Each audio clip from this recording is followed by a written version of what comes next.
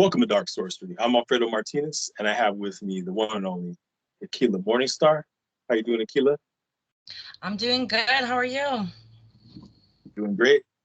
And welcome to another episode of DreamCatcherz. And it's been a while since we posted up the last video, but today the topic is numerology. And so let me ask you, Ikela, what would be your philosophy on numerology in general and how it affects us? Well, I think I guess how I see it or I use it is a lot of times stuff will happen like signs. Like I'll notice something that stands out, kind of like a sign for me. And then I honestly, like I'll see a number, like either it's like on my phone, a clock, or, it'll be a special date. And then I will try to use my intuition to interpret what the message is for me. And then I use it in my incantations. There's a lot of different ways I use it. Maybe not. Everyone uses it different. Like when you go and research numerology, you can find a lot of different stuff on it.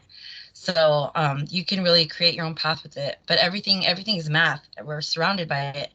So there's a lot to it if you want to dig deep.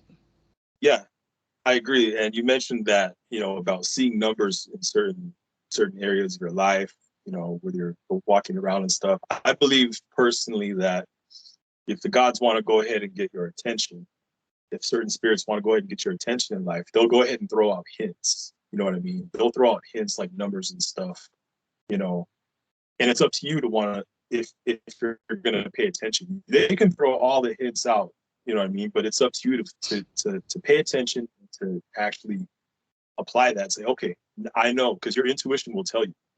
Your intuition will tell you, okay, this is what I'm being told.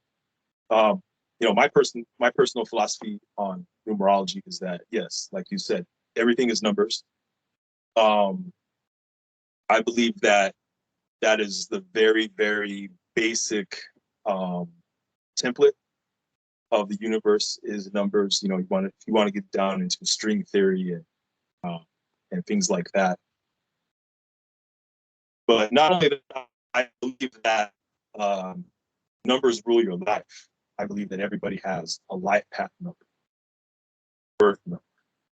And I believe that those numbers affect you, your personality, how you respond to certain situations, and how you choose decisions in life, how you respond to what life throws at you.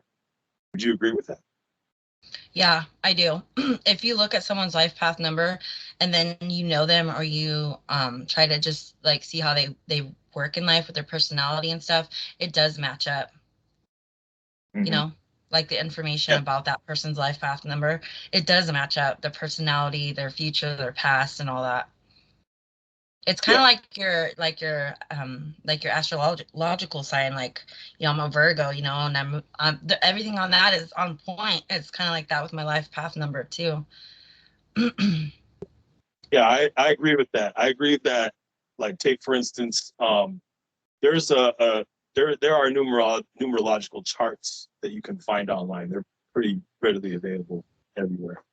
But you can go ahead and take your name, you can take your date of birth, and you can go ahead and do the math. And maybe I'll do a video on that sometime on this channel and post it up on how you can actually get down to what your life path number is, what your birth number is, and so forth. And like, take for instance, if it adds up down to a number one, if your number is a number one, that means that you like to be the center of attention. You always have to be number one. You're very competitive. And, people like that tend to get jealous of other people who try to take their spot. If you're a number two, you like to tend to be balanced, because two live with the scales. Two has other meanings also, of course, but three, I believe that three is an unbreakable number because it's a good number to have. Like, take for instance a triangle. Okay, a triangle is an unbreakable shape. Four is the number of stability, the way I see it. There's 4 legs to a table, 4 legs to a chair. They hold you in place. I believe that's being stable, and so forth, so forth. 8 is infinity. You just keep going on and on and on. It means eternity, and so forth. And there's all kinds of different meanings to every number and how that affects your personality. What would be your take on each individual numbers and how it might affect your everyday life? I think everyone's different, but I like how you use those analogies and metaphors to kind of describe each number and that personality with that life path number. I don't know. For me, 3 has always been a good number for me, and it is my life path number. I utilize that in magic a lot of times.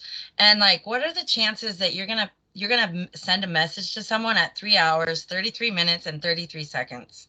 Like, Yeah. come on, what are the chances, right? I- Like, literally, like, what are the chances I'm gonna look down at my car's mileage at 2222222? Like, I just happen to like look down. Like, what are the chances, right? It's like a really slim chance that you're gonna see that. So I don't think that any of those signs are like a coincidence, right? Uh, yeah. um, so I kind of see things like that too as well. Um, or like if you're trying to get a hold of someone and you keep playing phone tag and you finally reach them on the third call, or you really have to be paying attention to the signs. But a lot of people are noticing that they're seeing certain numbers, or special things are happening on special days. So that's kind of how I see it. But I really like how you broke it down by each number. Yeah, you mentioned about actually, one thing I want to comment first before I go further is, like, take for instance 6, the numbers 6 and 9. If you take a look at the number 6, a lot of times that means that someone can get away with something. 9 a lot of times can mean wealth. It can mean, if your life path 9, that might be you're the last one standing out of everybody else, because it's the final number before you reach 0 and 1 again. When you add the way you add up numbers, they're numerologically. But then again, the two numbers can be interchangeable. You can take the number 6 and flip it upside down and make it the number 9. So I think those two personalities are interchangeable for that reason. But you had mentioned about certain dates. Now, I believe in doing spells on certain dates numerologically. Let me give an example. So let's say we have the upcoming year, 2022. Now, if you take a look at 2022, 2022, you add that up, that's 6. So if you do spells during the upcoming year, chances are you might be able to get away with some stuff, So that's one way to look at doing spells on certain years. Not only that, but you can take it on certain months, certain day on a certain month, a certain year. You take those numbers and you go ahead and break it down to whatever number it is, and you say, okay, I'm going to do this spell on this date, because let's say if a date that you want to do a spell on ends up to be a 1, well, then that's good, because that means you'll be number 1. If you want to break it down to, let's say, if it ends up on a 7 tends to mean learning and teaching. I could say it's going to teach you something. You're going to learn something on that day, and your intuition will tell you on how you take that, because everybody's different.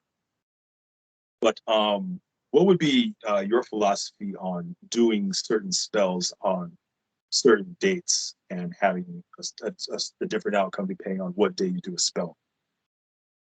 It's a little bit similar to yours. I feel like certain dates are very powerful, especially when there's like repeat numbers, like historical numbers, like where it's like 1111, you know what I mean? I feel like have more power to them. But for me, it can be through the moon cycle or it can be through the numbers. I definitely I don't like to miss out on those opportunities where you have a very historical like number via the month and day and the year. I think those are ones that are really powerful and you should really utilize those. It's kind of like, Halloween, when the veil is thin, you don't want to miss out on those opportunities. So I just kind of utilize those and plan ahead of time. But I also use numerology and how many times I want to say my incantation. It's so funny because there's been a few times where I didn't get like a big ritual and plan and do all this stuff, right? But I wanted to do something, right? And I just like took a candle and I decided that I was going to say something and repeat, like 3 times, 5 times, whatever times I decided. And it was like instantly it worked. And I'm like, what the hell? I'm like, like that was way too easy. You know what I mean? And I noticed stuff like that. I'm like, shit, man, I just need to wiggle my nose and make it happen. But like, have you ever experienced that where you're just like, it's kind of like I was telling you earlier, like I'll go all out for a TikTok video only for it to get low views. And then one day I'm not even caring and ranting and it blows up. And I kind of felt like I've gotten that a little bit with just having like a certain number with my incantations and just, you know what I mean? I don't even think I saged or anything. I just like said something like whatever time on the candle and like it happened, like whatever I wanted happened within hours. I was like, what the hell? Yeah, I think that goes back to what we had mentioned where we were discussing about excuse me earlier in the video about how numbers rule everything, and like if you do something a certain amount of times, that'll affect the energy. Like take for instance, if I do something like if I want to go ahead and pay a bill and I'll make 4 payments on it, that means that 4 means stability. Everything's going to be stable, nothing's going to get shut off, or nothing's going to be everything's going to be fine. I'll do something 8 times so that it'll keep going, the infinity sign, you know what I mean? Or things like that. So yeah, exactly. When you had that experience and you did it a certain amount of times and you got that outcome, that means that numerological energy affected the outcome. And if you're watching TV with somebody and you put the volumes to, I don't know, to where it adds up to a 1. Let's say, for instance, 80, 8 plus 2 or whatever. You know what I mean? Whatever volume number you want to put it on, if it adds to a 1, that means people are going to pay attention because it's the number one thing that they're paying attention to. Or if you want to, do it on, you want to add it, make it to where the volume on the TV adds up to a 7, whatever number you put it on. That means they're gonna learn something by watching that show or that movie or whatever you're watching. And also you had mentioned about astrology. That's a good point to bring up because I believe that your astrological sign affects who you are and how you respond to situations, along with numerology.